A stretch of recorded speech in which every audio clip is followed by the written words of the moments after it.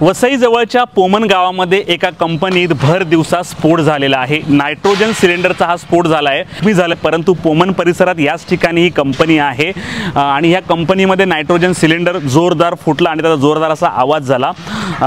या आवाजामुळे जे आहे की आपण जर बघितलं कंपाऊंड वॉल देखील पूर्णपणे तुटली आहे आणि या कंपाऊंड वॉलला लागून एक भलं मोठं झाड होतं, ते झाड देखील कोसळलं आहे। हे झाड सध्या कापून बाजू करण्याचं काम सुरू आहे।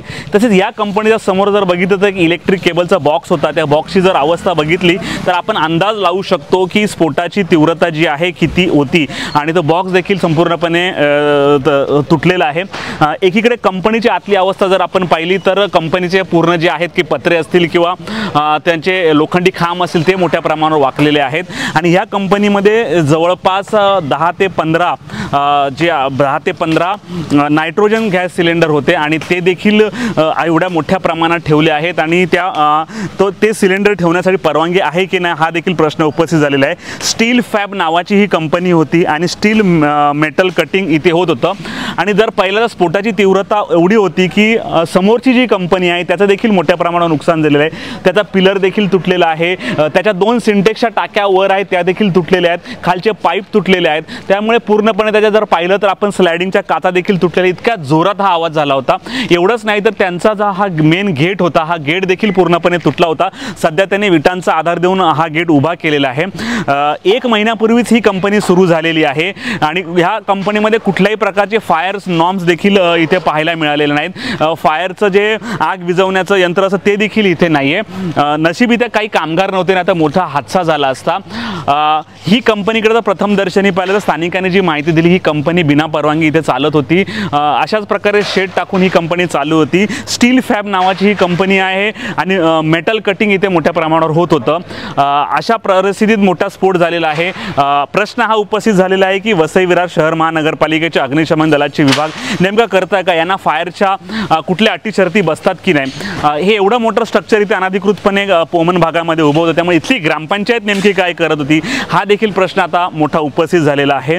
खुलेआम यांना परवानग्या दिल्या जातात। NOCच्या पोमन ग्रामपंचायत कागदावर NOC लिहून देतं आणि ते NOCच्या नावाखाली असे टोलेजंग हे शेड्स बांधतात आणि अशा प्रकारचे हादसे इथे होतात। एवढा भला मोठा स्फोट झालेला आहे, परंतु ह्या स्फोटाला 2 तास होऊन गेले तरी आता पोलीस 5 मिनिटांपूर्वी इथे आलेले आहेत। तर दुसरीकडे फायरच्या विभागाचं कोणीही इथे आलेलं नाही, कारण फायर विभागाला याची कुठल्याही प्रकारची माहिती नाही। आम्ही माहिती त्यांना दिल्यासाठी होते, आम्हाला माहीतच नाही।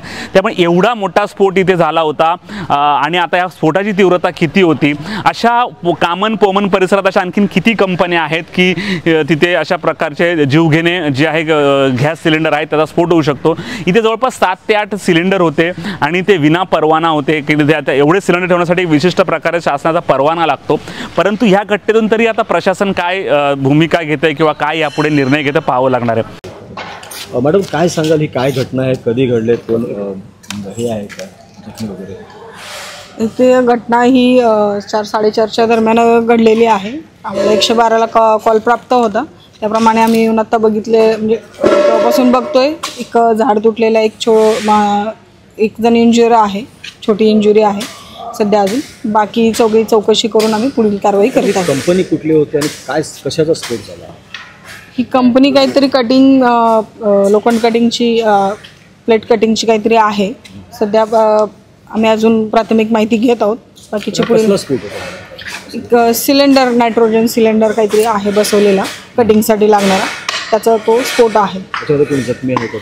एक जण जखमी आहे किरकोळ, त्याची अजून माहिती घेऊन तो सध्या हॉस्पिटलमध्ये आहे, तर त्याची माहिती घेऊन आम्ही पुढील कारवाई करत आहोत।